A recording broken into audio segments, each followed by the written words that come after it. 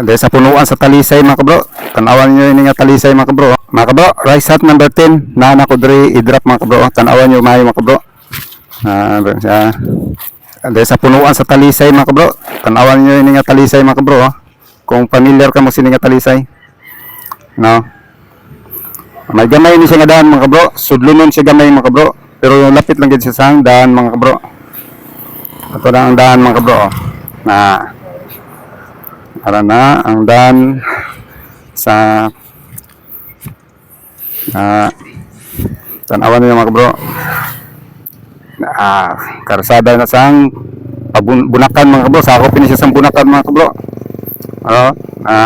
Una ka mga kabro, kaduan ninyo mga kabro ang rice hunt number 10. A few moments later. Ang pinakauna mga kabro, nangita siya mga kabro.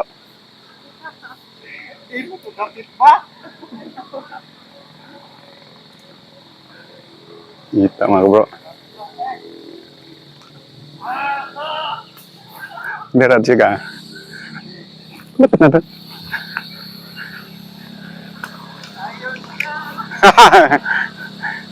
Mga kabro, nakuha na ganyan mga kabro.